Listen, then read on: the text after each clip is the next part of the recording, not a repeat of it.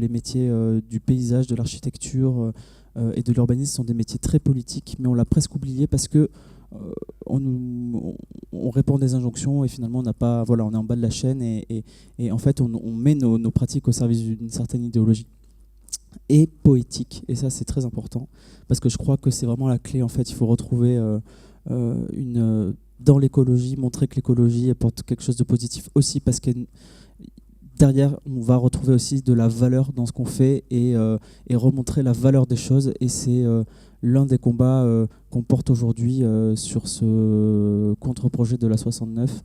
C'est réussir à montrer la valeur du vivant, la valeur de ce qui est détruit pour construire cette infrastructure. Et comment finalement démonter aussi l'argument qu'on aurait besoin de ces infrastructures en montrant qu'on peut vivre autrement.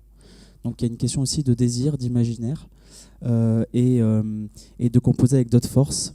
Et c'est la raison pour laquelle j'ai aussi appelé mon atelier Le vent se lève. C'est en référence à ce mouvement, peut-être d'une écologie plus profonde qui renoue avec les éléments de la Terre et aussi en hommage à des figures un peu artistiques, notamment Paul Valéry, qui est occitan comme moi, et Miyazaki aussi, qui m'inspire énormément dans ma vision du monde et des énergies et de la critique de la société contemporaine.